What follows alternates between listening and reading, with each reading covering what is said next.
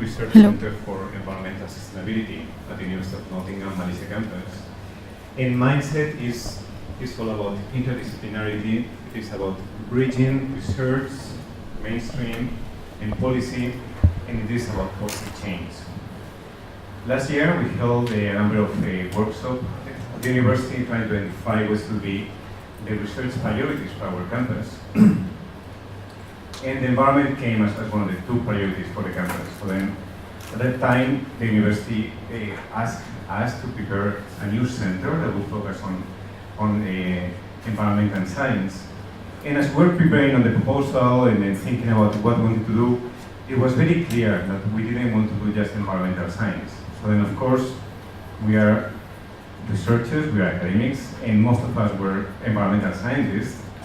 But we had a strong feeling that science is not what is limiting, or is not the main limitation to deal with environmental problems. So we thought that we needed to link environmental science with technology, with the faculty of engineering, and most importantly with the social sciences.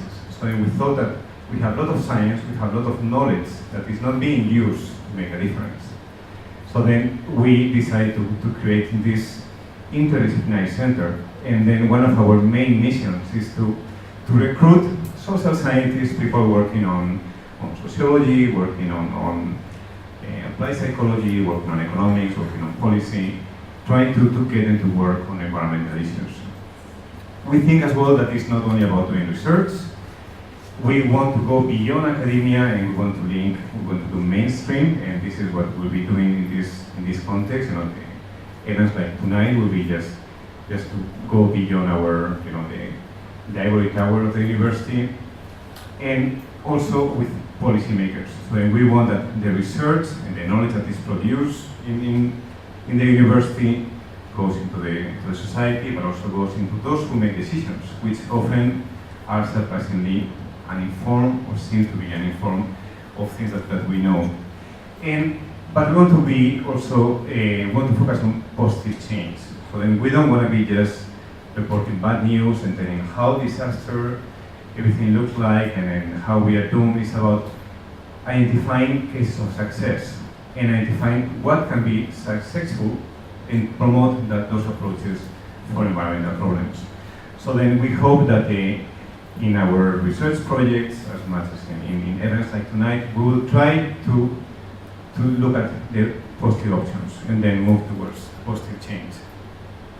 So we will have what we call the Mindset Public Talks, which will take place at least once a month, could be more, depends on how the program goes.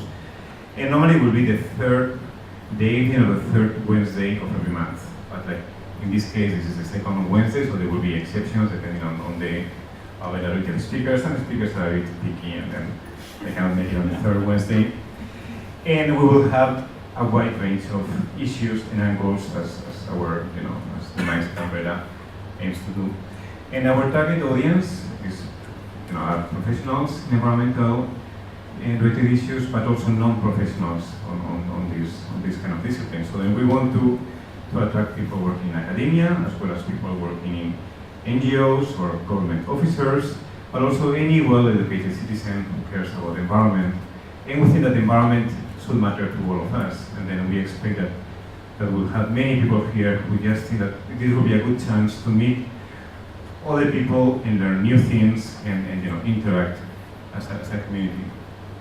And we want to have impact beyond this room. So then the plan is to record these talks and make them available as audio podcasts that people can download anytime and listen in the future. So then we are still setting up the website for Mindset, but once the website is ready, we will post the podcast, and then you can just download and hear them again.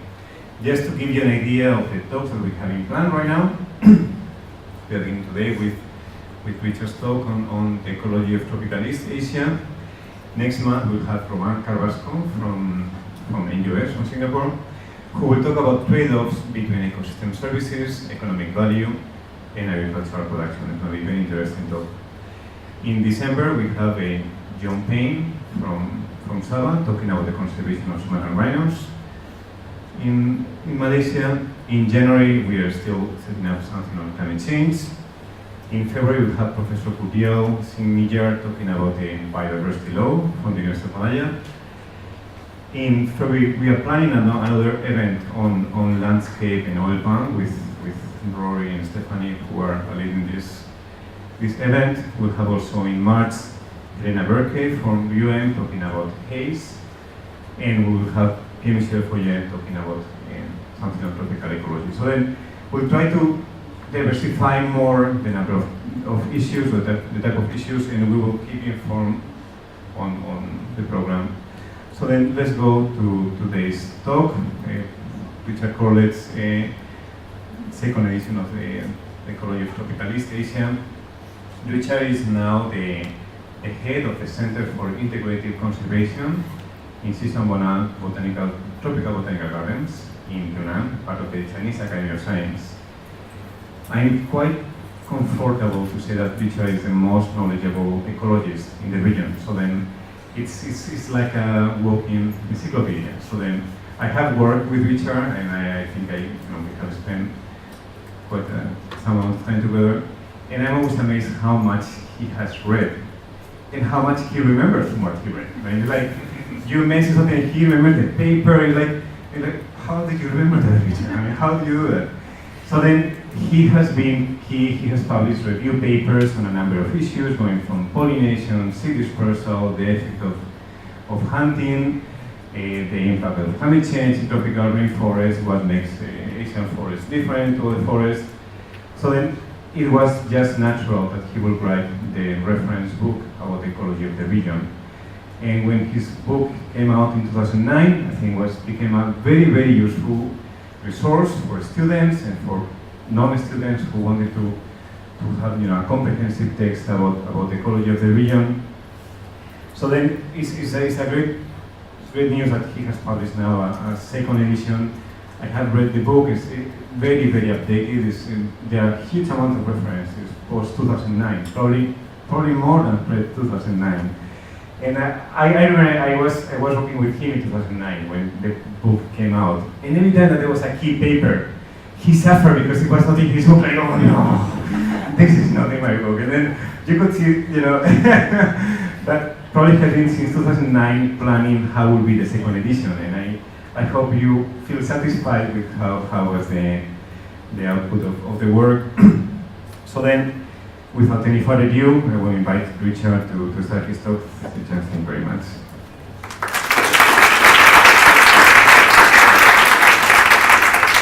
Thank you very much, Himsa, for that introduction. Can you hear me okay at the back?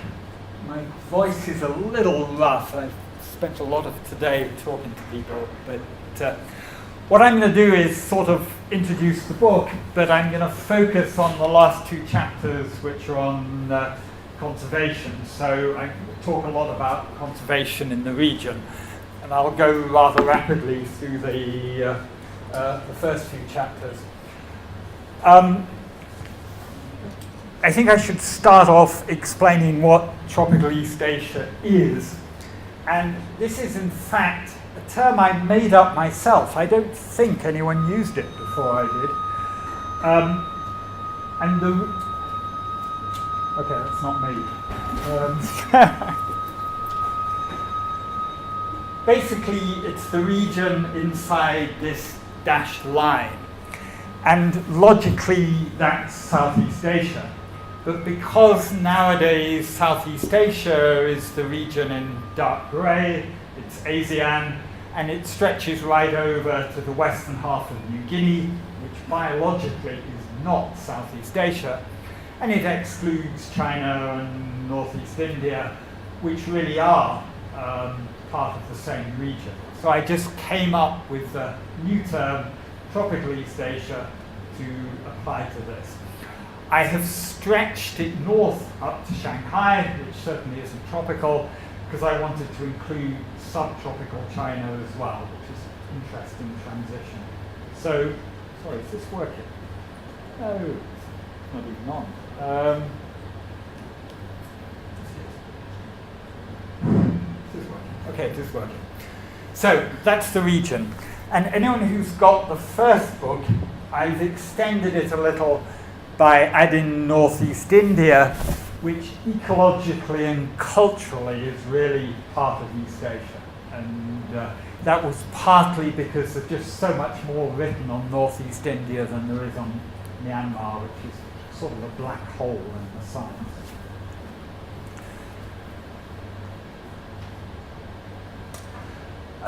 For Malaysians here, which I guess is a lot of you, there's a lot of references to Malaysia. So that's Malaysia in the index, but there's also entries for Sabah and Sarawak, and for lots of places like Paso and Lambir and Kinabalu. So Malaysia features a lot.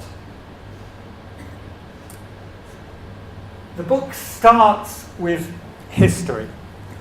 For this region, if you're interested in the environment, you can't avoid a historical introduction. History's had a huge impact on this region on a huge range of timescales.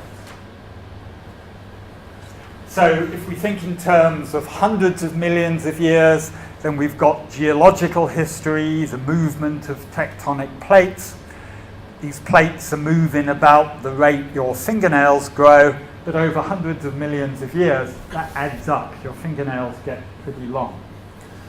Then on a scale of millions of years, we have to deal with climate change, sea level change, and then in the last 40,000, 50,000 years, we've got people as well to add to that mix. Now I'm just briefly going to summarize what's in the chapter on this. This is the geological history of the region. This is Southeast Asia. All these separate bits were separate plates, which are basically bits that broke off Gondwanaland, which was down in the south, and over the last 400 million years have drifted north and amalgamated together. So the region we live in today is basically a jigsaw puzzle assembled over 400 million years. Now, most of this region was assembled already by 60, 70 million years ago. But India's a more recent addition, and I actually just added in this arrow yesterday, which shows that India is still heading north. It's only collided with Asia in the last 50, 40, 30 million years, depending on who you believe. And there was a massive earthquake just north of Shishwambana yesterday, which in Samal Pura, which is caused basically by this. India's still heading north, and that explains the Himalayas and the tallest mountains in the world. By 40 or 50 million years ago, the region was geologically fairly similar to today, but the climate and sea levels have changed dramatically over that period. This rather complicated graph, first of all, the time scale goes from right to left, which is the way geologists do it. So this is the present day here, which is just confusing, but that's how they like it. And this is a temperature scale, and you can see basically for the last 40 million years or so, the region, and in fact the whole world, has been getting cooler. This is carbon dioxide, and I don't really have time to talk about that. The last really warm period was 15 million years ago in the Middle Miocene. And then Malaysian-style tropical rainforest extended north into what's now subtropical China. So these fossils here are dipterocarp fruits in Fujian province in China. So there was tropical rainforest. But then the climate has basically deteriorated since. And the last 2 or 3 million years, as you probably know, have been special in there being these big global fluctuations in climate, the ice ages. There wasn't much ice in tropical East Asia, some on Kinabalu and on tops of other mountains, but there was a lot of ice in the northern hemisphere. London was under a kilometre of ice at the coldest points of the ice age. And when the Earth gets very cold, the ice builds up on land and sea levels fall. And that's been extremely important for the region. Another of these graphs with the timescale running from right to left. In this case, this is in thousands of years, so this is 300,000 years of history, and this is sea level, with the present day at 0. 20,000 years ago, it was 120 meters lower, and similarly about 130,000 years ago, and about 260,000 years ago, and at various points along here. This has been very important for the region because this is a region of shallow seas, islands surrounded by shallow seas. So if we look at the region, the pale grey bits of the land, well, that's actually 5 meters above present sea level. But everything except for the white bits, which is always sea, was joined together at low sea levels. So unfortunately the various shades of grey don't show very well on this, on this slide. They look a little better in the book. But basically 20,000 years ago you could have walked from here to Sumatra or to Borneo or to Java or to Bali or Hainan or Taiwan. But you could never walk to the Philippines, you couldn't walk to Sulawesi, you couldn't walk to Lombok, and you couldn't walk to Australia. So the total land area in the region was more or less double the present day at low sea levels. Now the average sea level for the last 2 million years is about 60 meters below present. So unfortunately, the greys don't show terribly well, but 60 meters is enough for all these land masses to be connected. So for most of the last 2 million years, sea level has been a lot lower than today. And the region we see today is exceptional. The sea level is already high and still going up by 2 millimeters a year. Then people arrived. Although there's still some argument, it appears that Homo sapiens, our species, modern humans, arrived in the region between about 40 and 50,000 years ago. When Homo sapiens arrived, Homo erectus had already been, at least in Java and in southern China, and probably throughout the region, for almost a couple of million years, but we know very little about the effect of Homo erectus on the environment. They were here. We don't really know much about what they did. You've probably all also heard of the little people on Flores, the hobbits. They're about this size. Goodness knows what they were, and this is still hotly debated among archaeologists and other people.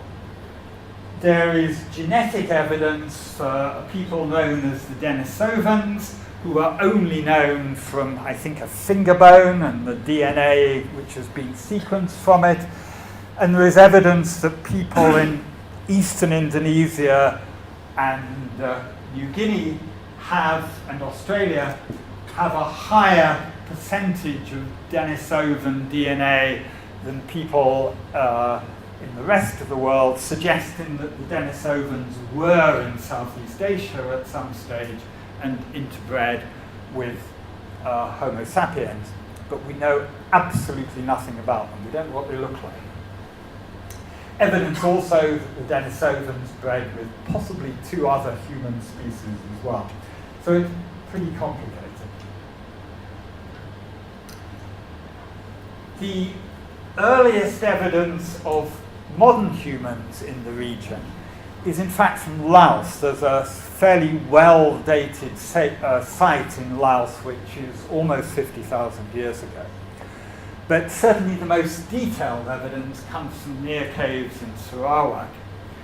And the people who inhabited the near caves for about 30,000 years hunted a huge range of animals, particularly pigs, monkeys, orangutans, squirrels, civets, porcupines, deer, bantains, rhinos, tapirs, sun bears. Basically, if it was edible, they hunted it. So, for 30,000 years, humans in tropical East Asia, they also processed a lot of plants too. There's quite a lot of evidence of plant processing. So they lived by hunting wildlife, by processing wild plants. Agriculture developed within the last 10,000 years. It originated at several places on Earth at once. Rice-based agriculture spread into the region from the Shanghai region, where rice seems to have been domesticated sort of 9,000, 8,000, 7,000 years ago. A gradual process from cultivating wild rice, harvesting wild rice, to cultivating wild rice, to domesticating rice. But there's also a variety of non-rice crops that are used in the region that seem to have spread the other way from New Guinea. So there's a lot less evidence, a lot less information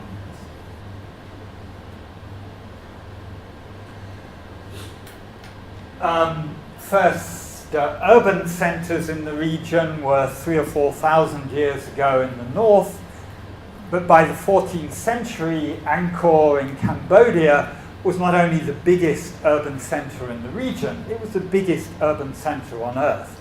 And in fact, a recent paper has suggested it was the biggest pre-industrial urban centre on Earth, not just the biggest 14th century one. Stretched over a huge area. Didn't last very long though. And then obviously we've got the recent change.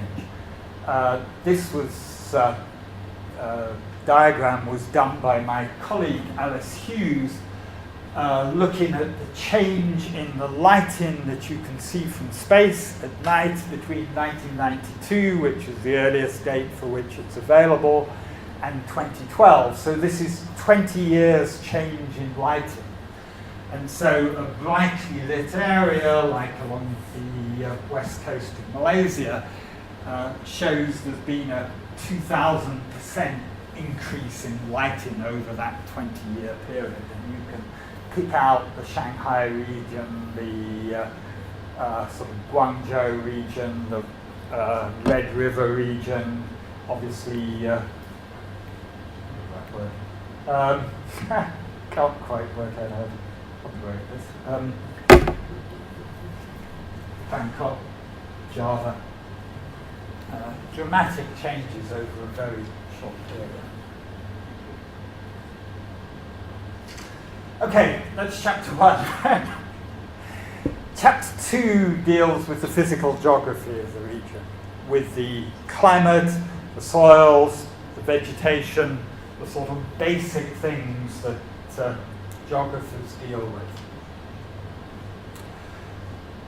Tropical East Asia, as I've defined it, includes a huge range of environments. My extension into northeast India to the borders of Nepal includes the 8,500 metre tall impronounceable mountain on the borders between Sikkim and Nepal, which gives a temperature range in the region from -40, which is on this mountain in winter, to +40 in the dry zone of Myanmar in summer. Annual rainfall, also a huge range from, again, the dry zone in Myanmar. I think the wettest areas are in northeast India. Typhoons over most of the region, though not here. The northern parts, snow and ice storms. Anyone who was in southern China in 2008 may remember the dramatic ice storms then. And a huge range of soil types as well.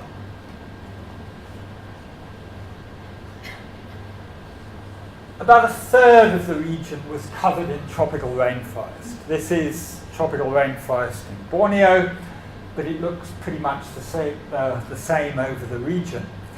Even in southwest China, where I am, we have small areas of forest that looks remarkably like this, though it only has one dipterocarp species instead of the 84 that are in Lambia Sarawak. Well, this is actually it's probably not Sarawak, it's probably Kalimantan, I'm not sure. Let's check. But there's a huge range of other vegetation types as well.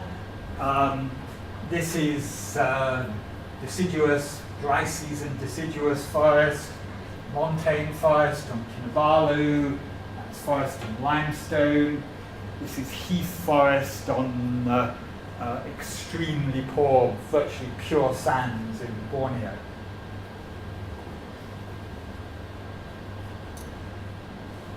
The next chapter deals with biogeography. Biogeography is basically the distribution, the spatial distribution of plants and animals, and also ecosystems. So this basically deals with species. The biogeography of this region has a long history of study. Alfred Wallace, who I hope some of you have heard of, you should incidentally read his book, The Malayan Archipelago, which is better than mine, but it's out of date, fortunately, written 150 years ago. He was also better dressed. I mean, look at this picture. This picture was taken in 1862. I mean, that's what the well-dressed biologist wore in those days. I don't know if he wore that in the field.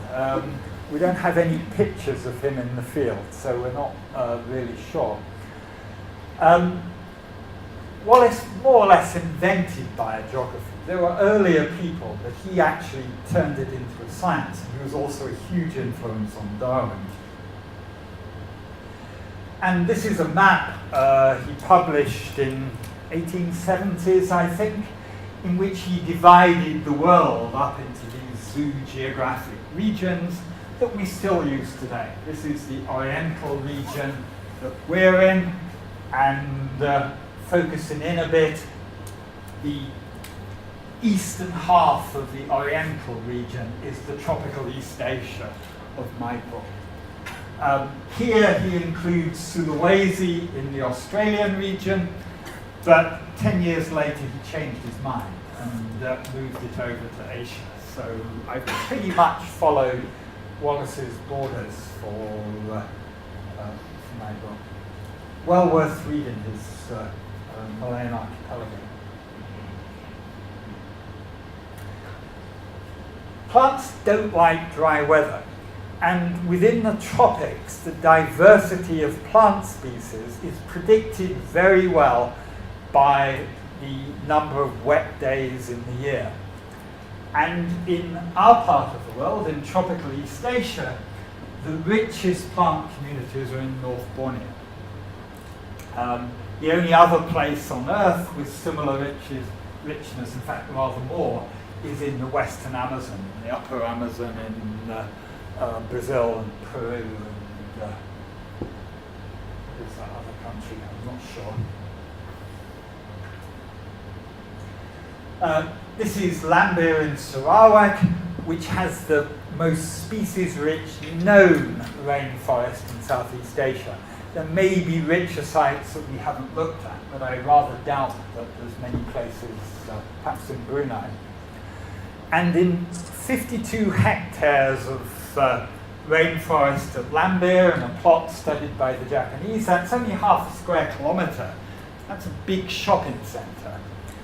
there are 1,175 tree species. Well, it turns out that there's only 1,166 tree species in the whole of temperate North America, Europe, and temperate Eurasia, northern China, Russia, Japan. So, really, this ought to be on t-shirts. I mean, this is half a square kilometre of Sarawak, with more species than the entire northern temperate zone. Curiously, the same is not true of animals.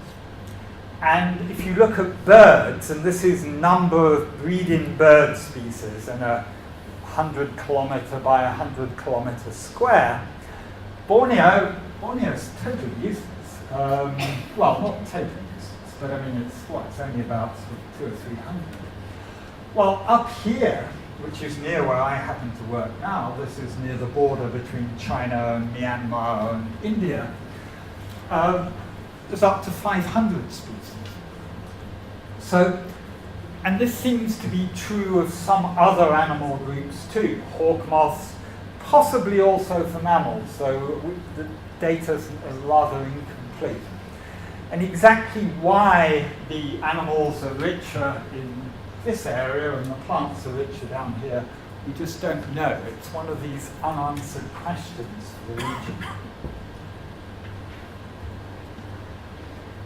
There's other interesting biogeographical features of the region. I mentioned that the Philippines and Sulawesi were never joined on at low sea levels, and that's also true of the islands in Nusa Tenggara. And as a result, these areas have some really weird animals. So Luzon in the Philippines has giant rats, cloud rats in the mountains, which feed on leaves, and these bizarre shrew mice that specialize on earthworms. Sulawesi also has shrew mice. It has some with no molar teeth at all, which feed on soft insects and earthworms. And Sulawesi's also got this wonderful bear cuscus, which is a marsupial, related to species in New Guinea.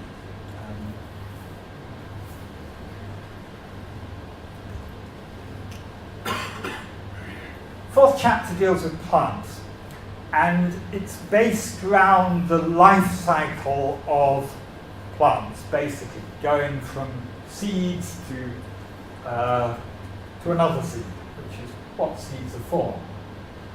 So this is basically the life cycle of the plant, and in the chapter I deal with these various processes, many of which involve interactions with animals, which is what a lot of my own research has been on in the past. I've worked on pollination, I've worked on seed dispersal. So this is a spider hunter, I think, on banana flowers in Thailand, important pollinators of wild bananas. Seed dispersal by, this is a sooty-headed bulbul, actually outside my house in Shishwambana, dispersing seeds. These are wild pigs. I'm not sure exactly where it was taken. I hope there's camera traps, which eat seeds after they've been dispersed, particularly only big seeds, but important seed predators. So in the chapter I consider all these processes and the mechanisms by which high diversity of plants can persist in the same forest. How can half a square kilometre of forest in Borneo support as many tree species as the entire northern temperate zone? Chapter 4 is the plant chapter. Chapter 5 is the animal chapter. And most of what we know about animals in the region is what they eat. So this chapter is based around animal diets. I would like to have covered more things, but there just hasn't been really enough research done. So I start off with herbivorous animals, leaf eaters like that caterpillar in Hong Kong and the elephants in Malaysia.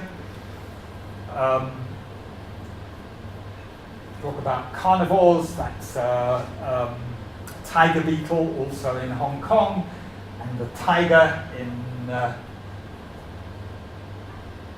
southern Thailand, I think.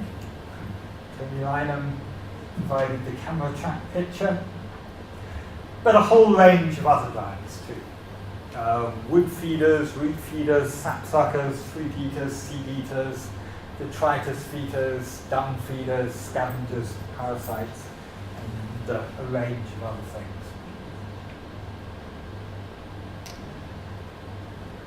Chapter 5 looks also at relationships between plants and animals, but in terms of movements of energy and nutrients within ecosystems. And the chapter's really based around this complicated and boring looking diagram from Yadvinder Malhi at Oxford, which really summarizes our current understanding of how a tropical forest works from an energetic and carbon and nutrient point of view. Basically, carbon dioxide goes into the system as a result of photosynthesis. GPP at the top is gross primary productivity, but I won't go through all the details. And carbon dioxide is released from the system by respiration, plant respiration, animals, microbes in the soil. And the whole system's fed by soil nutrients. So this is the shortest chapter, so anyone who's not interested in carbon, energy and nutrients can skip it. But this is important stuff because this determines the carbon dioxide balance in the atmosphere to quite a large extent, which affects climate change. Okay, I'm going to take the final two chapters considerably more slowly. Chapter 7 deals with threats to biodiversity, and Chapter 8, the final chapter, deals with what we ought to be doing with conservation.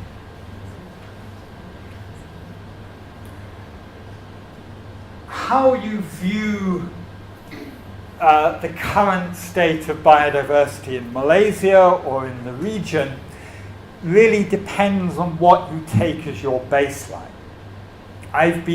I first visited Malaysia 41 years ago, and if I take that as my baseline, things don't look too good. But if I take last year as a baseline, well, it hasn't deteriorated as much. People have been in the region for 40, 50,000 years, but much of the impact has been in the last 5,000 years. So it's reasonable to take 5,000 years ago as a baseline.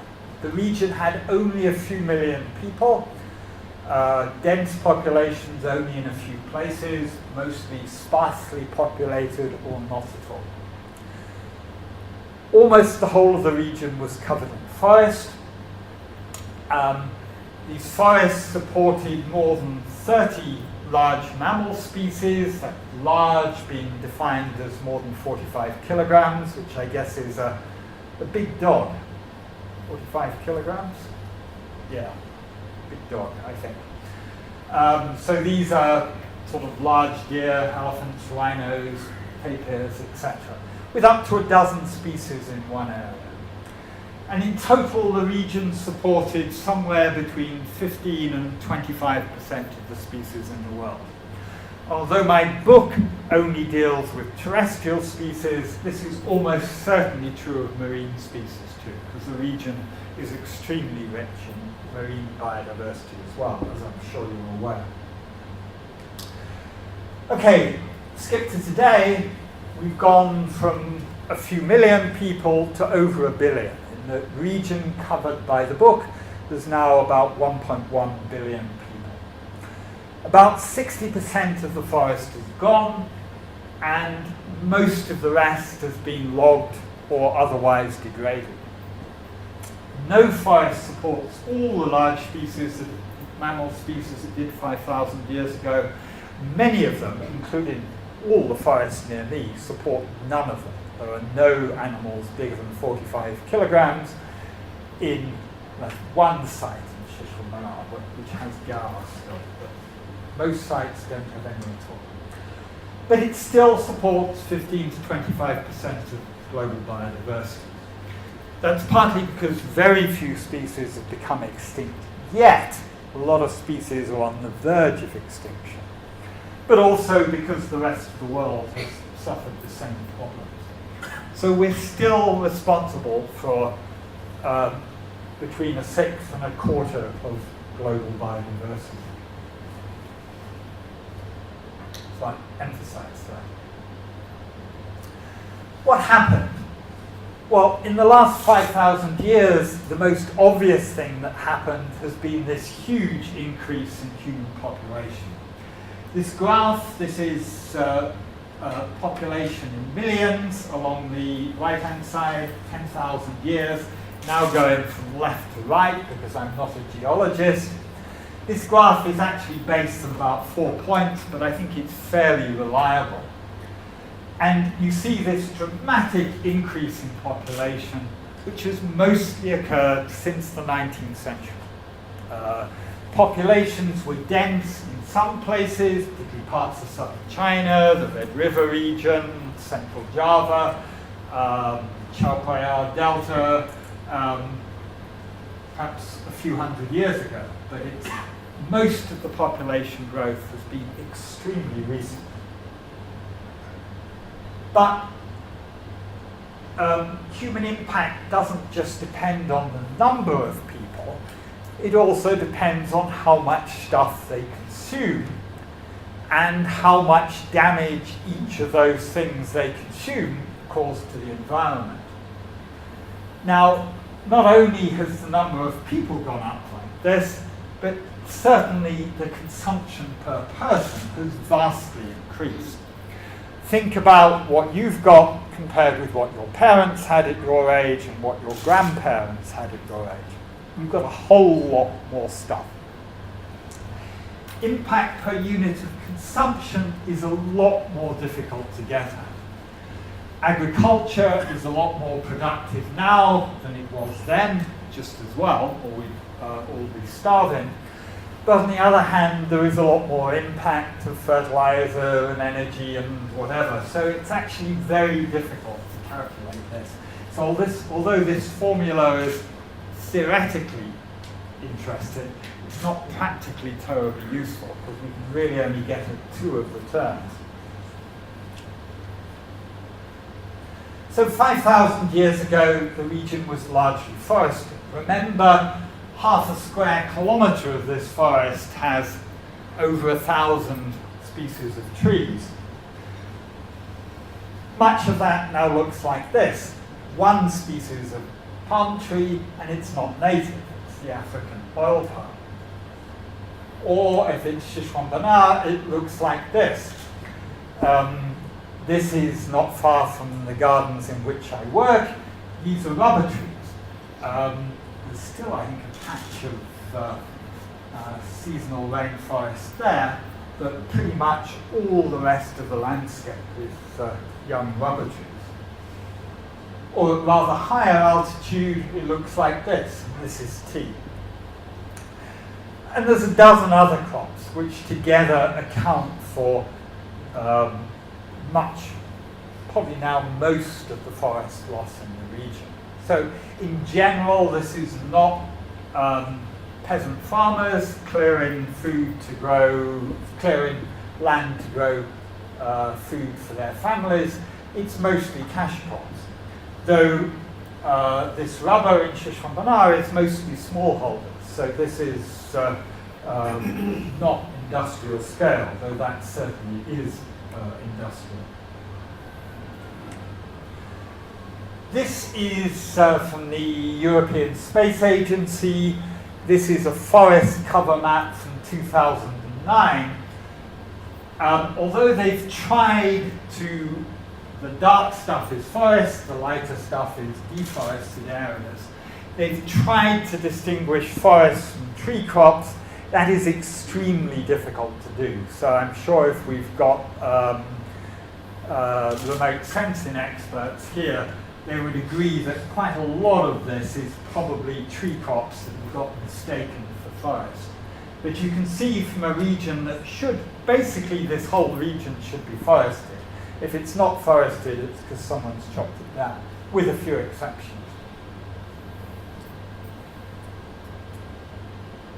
And this is an aerial view of part of Borneo, and that certainly fits in with my experience that whatever it may look like on a global forest map, this is what it looks like when you're nearer the ground. This is being cleared for oil palm. Most of the forest that's left has been logged. This is in Pahang, and this is a reduced impact logging operation. Really state of the art, very well done, individual trees marked in the direction they should be felled, but it still looks like a war zone. And this was in fact the second logging of the area. They'd originally taken out all the valuable dipterocarp trees, and these are other species they're taking out, which sawmills now have to take because there isn't anything else. In addition to most of the forest being logged, almost all of it, probably all of it, has been hunted to some extent. And in much of the region, pretty much everything's been hunted out. This is in northeast India, I think. Hunters prefer the largest prey that's available, and you can see the effect of that when you look at the disappearance of animals within the region. So this beautiful bronze of a Sumatran rhino is from Shandong province in central China 3,000 years ago, although now no rhinos in China. So there were two rhinos, probably the Sumatran and Javan, perhaps the Indian rhino as well, and they were abundant across southern China. The Chinese army used to wear armor made out of rhino hide. And this one's clearly modeled from life. The last rhino was killed in China in the 1990s in Yunnan. And if you go to markets in Laos, these are the wild animals that are most sold. And the commonest prey of hunters in Laos is squirrels. Because everything big has already been killed and eaten. Specialist hunters go after more difficult prey. These are frozen pangolins confiscated in Hong Kong. There was a shipment of about 400 frozen pangolins. But there are tens of thousands pangolins exported from Southeast Asia, increasingly from Africa, which also has pangolins, mostly to the Chinese market, where they're sold basically as a health food. And there's other problems. Obviously, firewood collection. This is northeast India. Massive expansion of mining. Indonesia's already the world's biggest exporter of low-quality coal. This is open cast mining in Kalimantan. These are tertiary coals formed during that last warm period 15 million years ago, so they're very young coals, very polluting when they burn. Huge amounts more of this all near the surface. expansion of urban areas. Currently only about 2% of the region is covered with urban areas, but that's increasing rapidly. That's probably Shanghai. I'm not absolutely sure where that picture is. Fires you're obviously aware of. That's burning peat swamp in Jambi, which accounts for a lot of your haze. Invasive species, Hydenia hirta, some of you may recognize. Air pollution, which is recognized more as an urban problem, but sulfur dioxide, ozone levels over a lot of the region are way above natural background levels. And climate change. It's getting warmer in the tropics as it is in the rest of the world, but it's getting warmer somewhat slower and a lot more irregularly. Can I get this to work? Can someone show me how to operate this?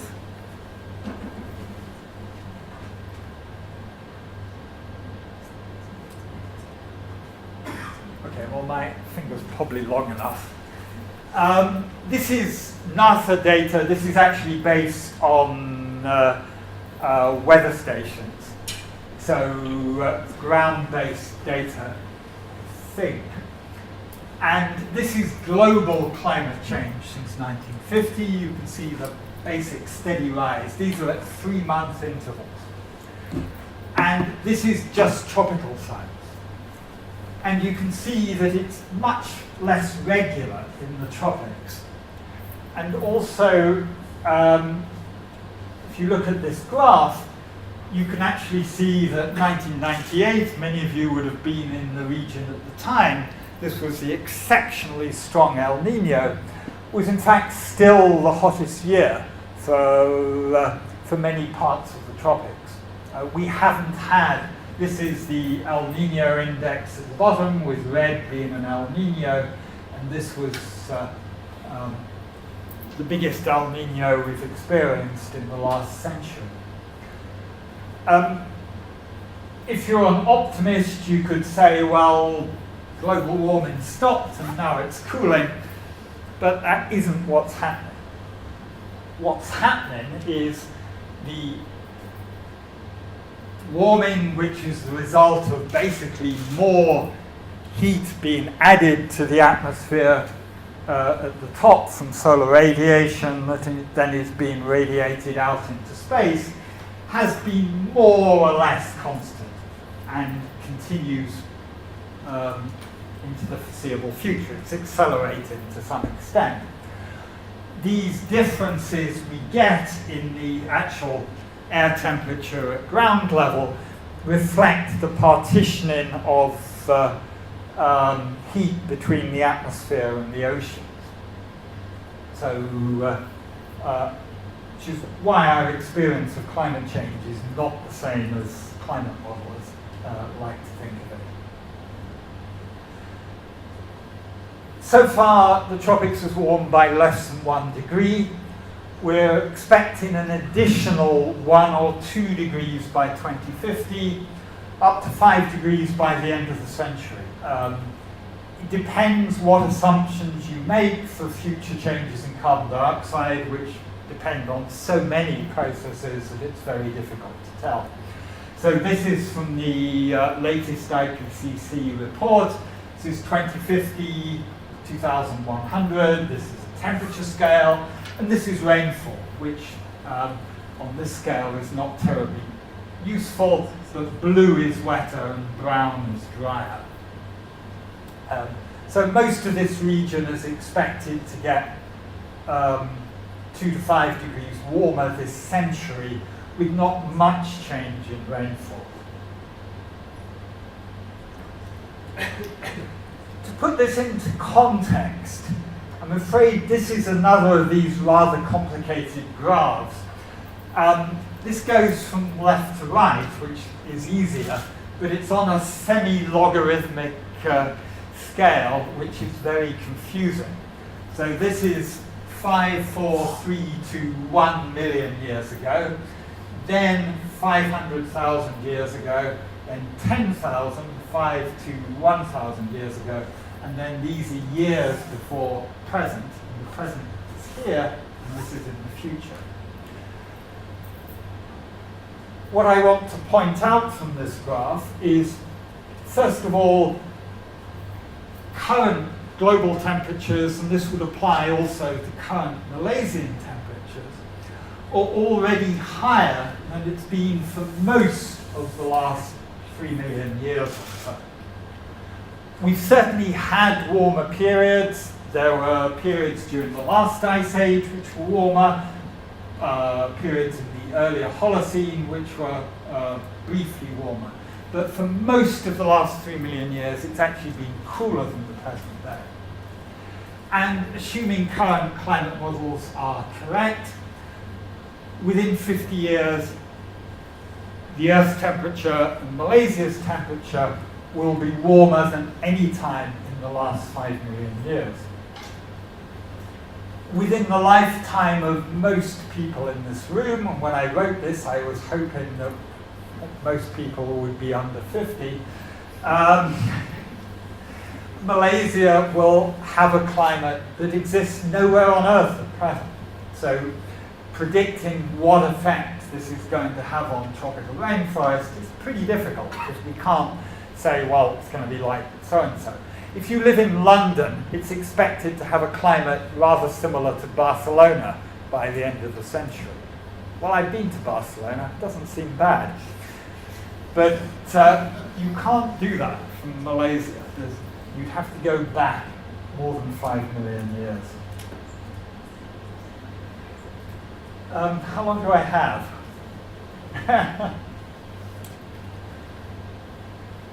10 minutes. Okay, 10 minutes will be enough. So, what can we do about this?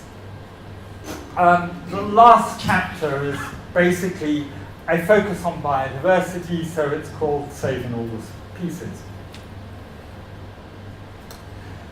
The first thing I want to point out, which I point out in the chapter, is that this region is no longer poor. I've been in the region for 40 years and I've seen it getting richer. This table, which you probably can't read from where you are, I can't read it from where I am either, compares the countries in ASEAN, various statistics, population density, gross domestic product per capita, on a purchasing price parity basis, infant mortality, etc., with a selection of countries from the European Union. And if you could see it, what you'd see is that ASEAN, the top of ASEAN basically overlaps with the bottom of the European Union. So Malaysia is richer than Bulgaria and Romania. It's probably almost level with Greece. So the region's basically got to stop pretending it's part of the third world. Okay, if you're in Laos or Cambodia or Myanmar, perhaps you're justified, but the rest of the region is past that stage. Middle income, upper middle income, and obviously Malaysia has hopes to be a first world country relatively soon. Obviously Singapore already is. So conservation in the region should not be financially limited. In the poorer countries, yes, it could be, but huge amounts of money from international donors go into the poorer countries in the region. There's also other potential sources of funding for conservation. I don't know where your drinking water comes from in KL. Where does it come from? Protected water catchments which are covered with forest, I presume. And I hope KL is paying for protection of those forests. Quite possibly not, but increasingly in the region, urban areas are paying for the protection of forests which supply the fresh water they need. And also agricultural, if you use water for irrigation, you should pay for it. It's an ecosystem service which you should be paying for. Tourism, this is a rather random picture from Hong Kong, but nature tourism is huge in the region. Malaysia's international tourists are attracted by pictures of orangutans and hornbills, not oil palm and rubber, as far as I notice in the promotion literature. Tourism contribute payment money to conservation. This is reduced impact from reduced emissions from deforestation and degradation of forest. A carbon payment program, which I'm not going to talk about because we really just don't know if it's ever going to happen, but it could be a big source of money. Another local source is certification of environmentally friendly products. My brother took this picture in a supermarket in Oxford.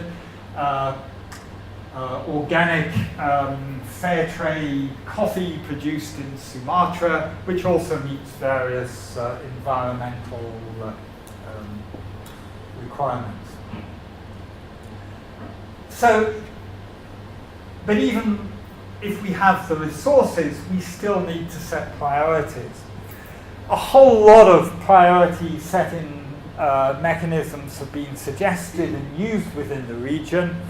I review these in the book, but three I'd like to briefly mention. The IUCN, I'm sure you've heard of their red lists of threatened species.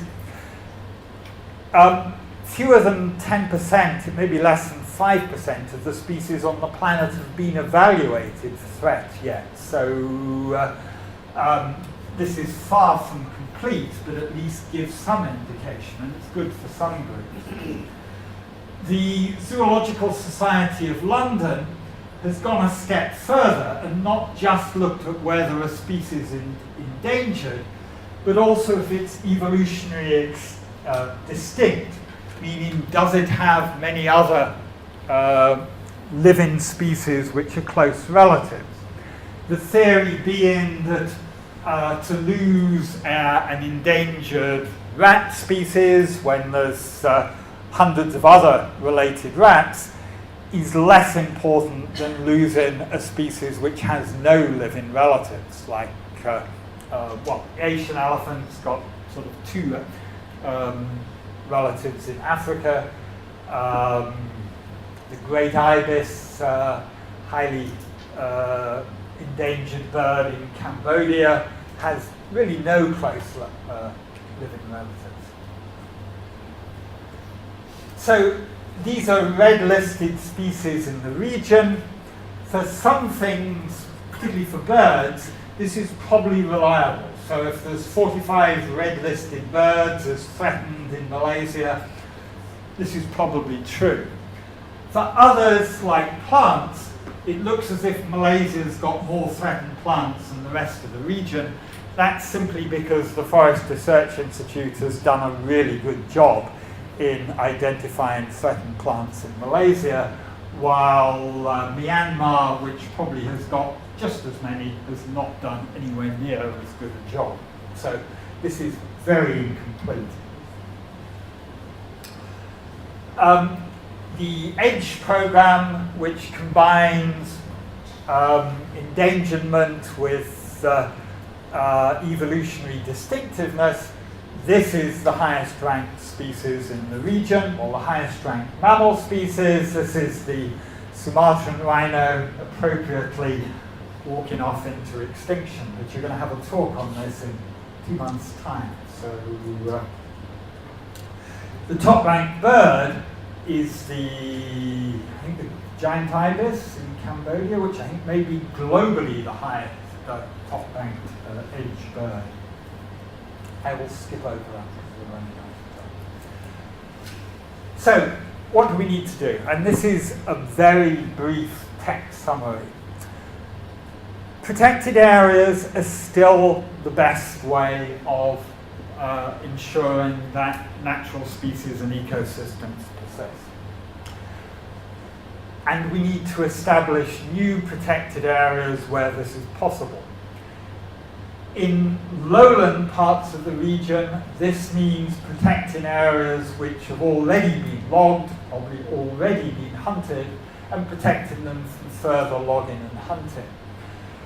Logged forest retains most of the species that are present in unlogged forest, even when it looks like it's been bombed and totally destroyed, most species still persist.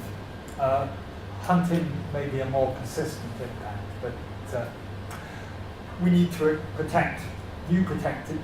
we need to establish new protected areas, incorporating degraded forests, because that's all we've got left in most of the region. We need to improve protection of existing protected areas.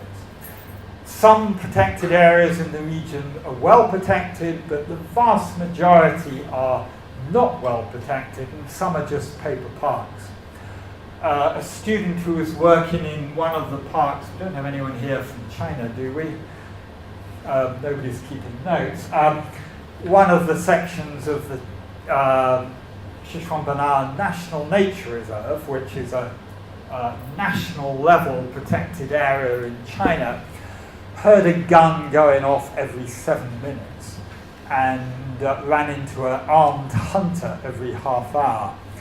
Guns are illegal in China, never mind hunting stuff in reserves, just not enforced. And this is a problem throughout the region. We need to improve the management of legal logging. I said that logging is it's certainly not the worst of impacts, and far better to have a forest which is properly logged rather than the forest that's converted into oil palm. But currently, legal logging has to compete with illegal logging, which in this region is bigger than legal logging. Probably 60% or more of the timber comes from illegal logging, and they don't have to meet any of the requirements that legal loggers do. So this holds down prices for timber. We need to prevent hunting and control the trade in endangered species and their products. This may sound like an impossible task, but in fact, there's been very little attempt to do this. The amount of conservation effort put into controlling hunting in this region is minuscule. It's zero in the area I work. My guess is it's zero in large parts of the region. And when you go to a protected area where there are motivated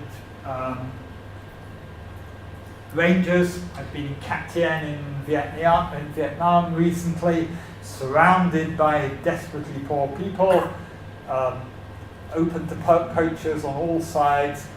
They patrol that park all night. They have patrols out at random times and random places at night, uploading their positions by GPS so it can be monitored.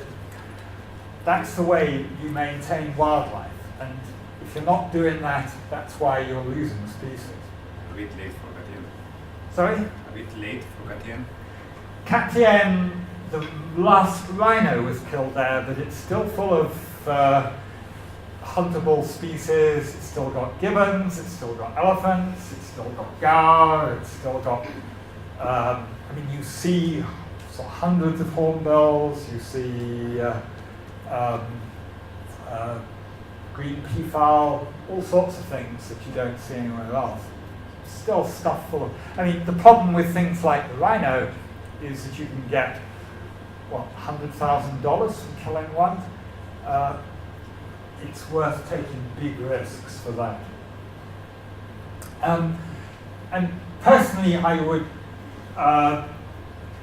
rather than trying to control hunting, simply ban it. In most of the region, guns are illegal or strictly controlled anyway, and this is not particularly difficult to do, and most of the hunting is already illegal. Certainly, a permit system, hunting under license, works pretty well in certain parts of the world, like in the US, but you need a lot more control to do it, to have illegal hunting than to just prevent it altogether. And we need to encourage biodiversity-friendly management of areas outside protected areas and outside forests, including urban areas, including oil palm plantations, including production forests. We also need to improve protection ex situ. Ex situ conservation is the conservation of species outside their native areas. So my botanical gardens, we're trying to protect all the endangered plant species in Sichuan Banar, either in seed banks, if their seeds can be dried and frozen, and for about a third of species we can't do that. It will probably be 2/3 in Malaysia, and we're growing plants actually in the gardens for about, well, our target is about 200 highly endangered species. And again, you're going to have talk on Sumatran rhino, which is definitely going to go extinct in the wild, and the only hope for that is going to be captive breeding. We need a massive increase in forest restoration efforts. A lot of people say they're doing forest restoration. No Singaporeans here. We have got Singaporeans here. Okay. I've been taken to forest restoration sites in Singapore where they proudly show me reforested sites the size of this room. We're losing 20,000 square kilometers of forest per year. We can't do it on that scale. And we have to learn how to do it on the sort of scale which we'd be losing forest. And reintroducing species where possible if you prevent hunting. And finally, we have to improve conservation education in schools, in protected areas. Most protected areas in the region have almost no education for their guests, and in the community as a whole, which I wrote a book for universities, and I hope at least I've made some contribution to this. Okay, thank you.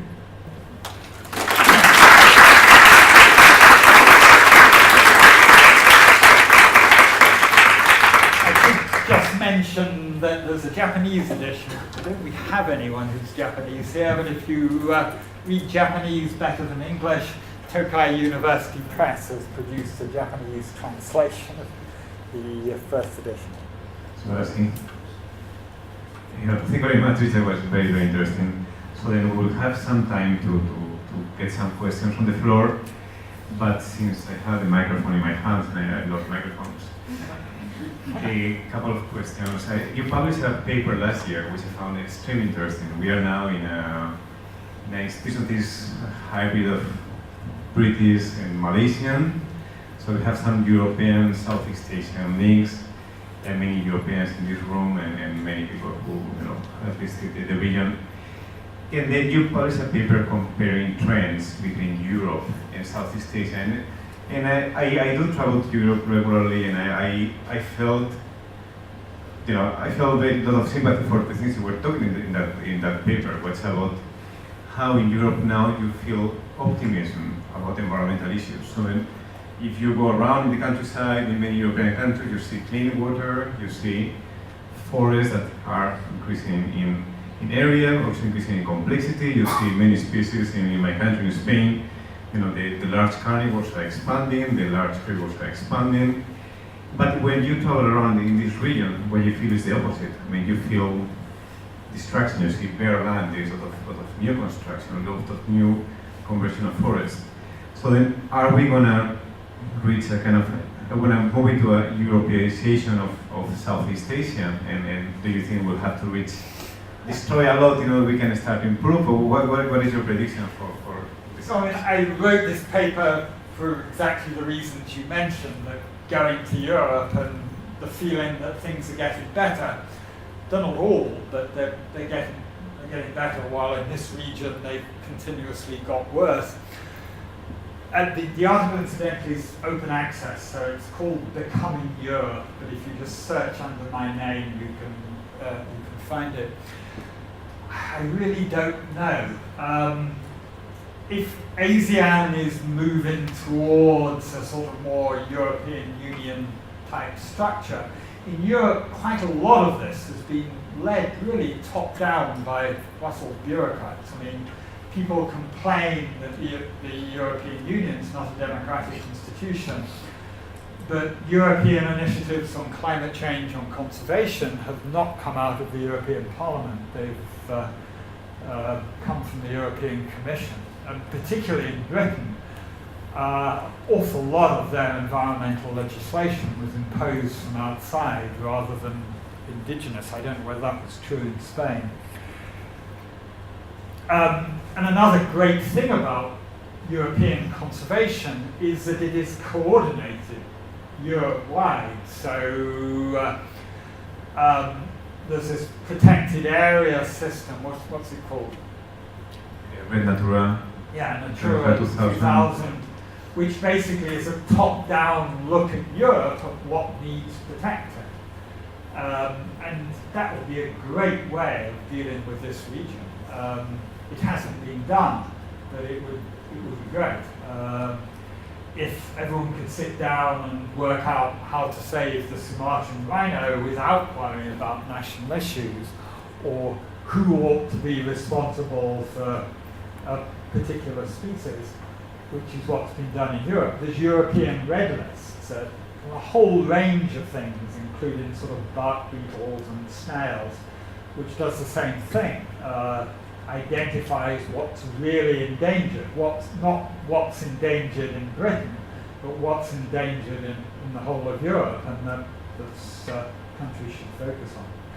I would love to see it happen. You can, in fact, to some extent, see it happening in South and Central America. I mean, you can see, if you go to the sort of Brazilian Atlantic region of Brazil, which is pretty wealthy, you see the same sort of attitude and a sort of coming together of governments, landowners, industry, with massive popular support. It's not happening here, but it should. My take is in a place like Malaysia, it can happen. In terms of resources, in terms of the moment in social and historical moment we are, but requires a change in people's mindsets. I think that's going to be a big challenge. The whole initiative is. And then my other question, which is a quite open question, we have a number of students in this room that soon they will be looking for research projects. So then, could you drop some ideas of what would be kind of a obvious research projects if you were an undergrad and you were thinking about what to do? Hinson warned me he was going to ask this question, and I have to say that thinking about it for 4 or 5 hours has totally messed up my brain, and I just can't think of a clear answer. There's no doubt that a lot of what's doing is basic natural history, the sort of natural history that was perhaps done in Europe quite a long time ago, has never been done here. So for so many species in the region and so many ecosystems, we just don't know the basics. And what makes this exciting time to do it is we have a whole lot of new techniques that we can do. So you can look at the problems that Darwin, say, looked at in 19th century Britain, but you can use next generation sequencing, and you can use high-resolution, multispectral satellite information. The tools available for conservation have just improved dramatically in the last 10 or 15 years. So a lot of the basic natural history questions, when do things flower and fruit, what disperses what pollinates what how do ecosystems work, haven't been answered, and could be with new tools a lot easier than they were in Europe using the old tools. Another thing I'd like to highlight is predicting the impacts of climate change.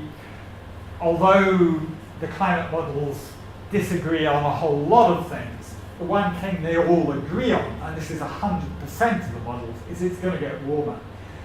And as I mentioned, it's going to go outside very quickly, outside the range that this region's been in for at least 5 million years. There's a whole lot that could be done on experimental warming, on little things. You can warm them up in the laboratory. I had a student worked on fig wasps, for instance, or ants you could do. You can also do warming experiments in the field. We really do need to know what the effect of warming will be. I would love to warm up a square kilometre of rainforest, but I think that's probably beyond even Nottingham University's resources. And I think the third thing is looking at this human-nature interface. When I learnt about conservation and conservation biology, the term is actually younger than me. It was invented when I was a student. I joined the Society for Conservation Biology in its first year. People lived here and conservation was over there, and conservation was in places where there weren't people. This is possible to do in a few parts of the earth, but it's not possible to do here. And if people and wildlife are going to coexist, the gibbons are going to be, you're going to be able to hear the gibbons from your suburban house. We have to learn how to do this, and if it's possible. And we really just don't know either way. Anyone who's been in Singapore recently will know that hornbill species, the pied hornbill, is spreading back into Singapore, nesting in artificial nest boxes.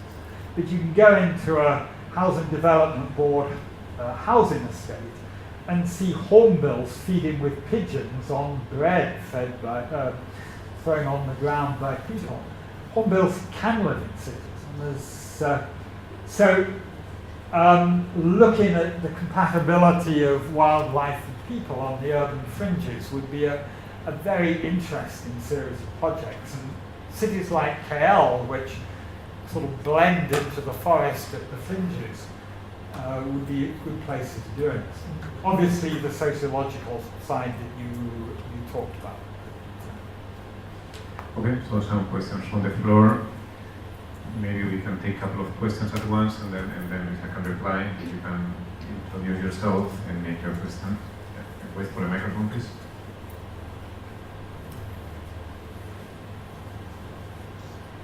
Hi there, Rory Padfield from UTM, University of Technology in Malaysia. Thank you very much, Richard, for your lecture, your talk. I'm a human geographer, so I'm particularly interested in those human conservation questions. The one thing that I wanted to ask you, through your lecture, through your book, there was a logical progression as you went through. At the end, as you move from the conservation science to what should be done, I wondered if a bit was missing, and maybe that comes out in the book. Why should we protect those areas?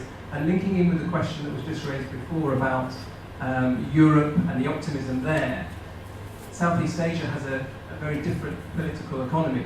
And I wonder if you got 30 minutes with the key policymakers of Southeast Asia, the ASEAN leaders, and you had 30 minutes to convince them why they should undertake those actions that you list, that was in keeping with their economies here and the pressures that they are under, what would you say to them? Bit of a difficult one. Okay, I don't think I can combine that with a different question. So that's actually an extremely difficult question, which for someone in my position, I don't have to think about this. I mean, it's just saving biodiversity is good and losing species is bad. And I can't see it any other way. So I'm not sure I can answer the question. I mean, I can come up with a whole lot of things that you've already heard about sort of medicines or ecosystem services and whatever.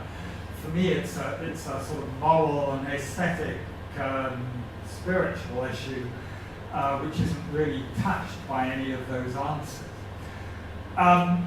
But your idea that the mindset is different here, I'm not sure that it really is that different from Europe. I think if you get together, okay, maybe top government officials, I don't know, but if you got together a sort of random selection of middle-class Malaysians and middle-class Europeans, whether their views would be very much different. But as you'll know, getting from what people believe to what's actually done in their name or even what they do, it's a big stretch, and this is something, I mean, there's obviously a process we need to understand. I actually have a postdoc who works on these issues, so that's how I'm aware of it. But, I mean, I've been a pure sort of biodiversity ecologist and conservationist, and I would find it difficult to argue with a skeptic that that we actually need all these species. Maybe, well, I'm not going to say it.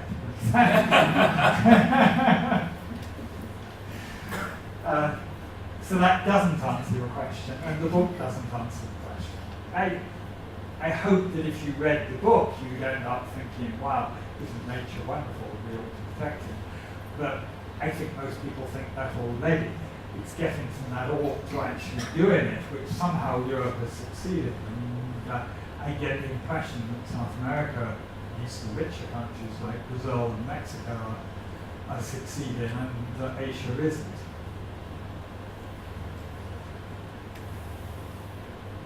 Yes. Yeah, hi Richard. I'm Vivek. I'm in psychology at UNMC. I had a question as far as the conservation, the final conservation chapter. You talked about conserving biodiversity, and you mentioned controlling hunting, eliminating it as much as possible, allowing it only in very limited situations. I'm not sure if it's in the book, but you didn't really mention anything about tackling the demand side for wildlife permits. Yeah. I mean, I do cover this to some extent in the book, and it's also, as I didn't mention, since I'm doing this rather briefly, that for some people, hunting is a livelihood issue. It's a necessary source of protein. I've talked to hunters, usually through translators, all over the region. Almost everyone I've met hunting is doing it for fun. So, so it's certainly some of it's demand driven, and that's certainly true for, say, the pangolins, the rhino horns, yes, I mean, obviously there's a lot of people working on this. China is the biggest market, probably followed by Vietnam for a lot of these things, and the problem is that what were luxury products available to perhaps a few thousand people could afford, now 200 or 300 million people could afford, and you could persuade 99% of them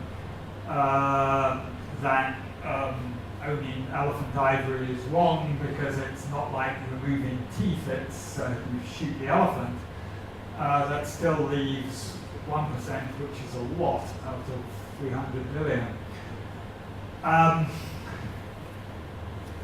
doesn't answer your question. I'm afraid I am no good at these sorts of questions, and clearly these are the sorts of questions which need to be tackled. So we need you guys on board, which is obviously what I was trying to do. In China, there's a lot of effort. I mean, there's a lot of programs on television. There are campaigns led by sort of famous sports people, etc., on elephants and rhinos. But there was a recent 2008 survey on, which I think is mentioned in the book, on tiger bone products. And the vast majority of people recognize that using tiger bones were wrong, that tigers ought to be protected, that it was illegal, and yet most of them had.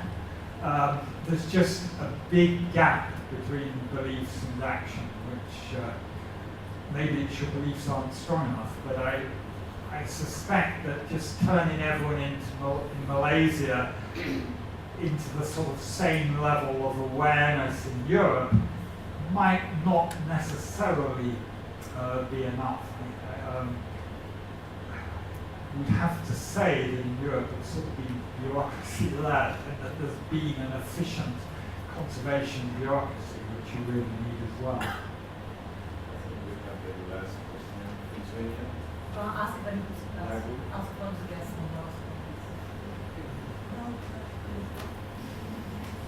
I'd be glad to answer emails, especially if anyone has. Yeah, thank you, Richard, for this talk. And actually, something what Rory has brought up. I mean, I think like for Malaysia being a developing country, you know, we've got this whole big aspiration. Yeah, developing country. Look, Yes. you guys. I know, when you see the Twin Towers, I mean, Forget that. yeah, I know, yeah. But the Twin Towers are very misleading. But if you look at GDP figures, but what I'm trying to resonate at is, I think we have to spell the mantra that conservation is development. And I think that's what we have to resonate to policymakers. And I think the economic dimension is very important to come forward into the discussion. Because just saying that conservation without the economic dimension is going to be very difficult. And this whole, I mean, we're all converts here probably, but the unconverted, I think you need to give that science policy interface dialogue a much more emphasis on. I mean, I would agree with that, but I don't agree with you that Malaysia is a developing country. Well, that's figures, yeah. I compared all the statistics, and it wasn't just rich people and the Twin Towers. It was life expectancy, it was education level, it was everything. People in rural Malaysia have a higher living standard than people over a huge chunk of Europe. Yeah, I look at some of the tables in your book, and if you compare a number of parameters going from GDP into corruption, perception, and all this, life expectancy, Malaysia runs very, very, very well. And then, but there was an index in which Malaysia ranked very poorly. Yeah, there was a recent paper which looked at expenditure on conservation, particularly on protected areas, I think, versus needs based on threatened vertebrate species. And Malaysia not only ranked worst in the region, but ranked 5th lowest in the world on this. And while those figures are a little dubious, Malaysia underperforms. You start off as a lucky country, and you've got a huge amount of stuff because it was there 5,000 years ago. But you need to do more work on protecting it. Now, obviously, you realise that, but I think a lot of people realise it. It's converting this into action, which is difficult. Unless there's a very big burning question, we will stop here. Anyone has a very big burning thing to say? Then we will stop. Just remind that there are some books on sale outside, and also that the Oxford University Press is offering a 30% discount using a code here. The price is 90 ringgits now for a soft copy. No, 90 for a hard copy, and 90 ringgits for a soft for paperback, and $50 in Singapore. So then I think we'll thank Richard, and also there will be some refreshment in another room so that you can come and have a chat with Richard and other people in the room. So thank you very much, Richard. Thank you.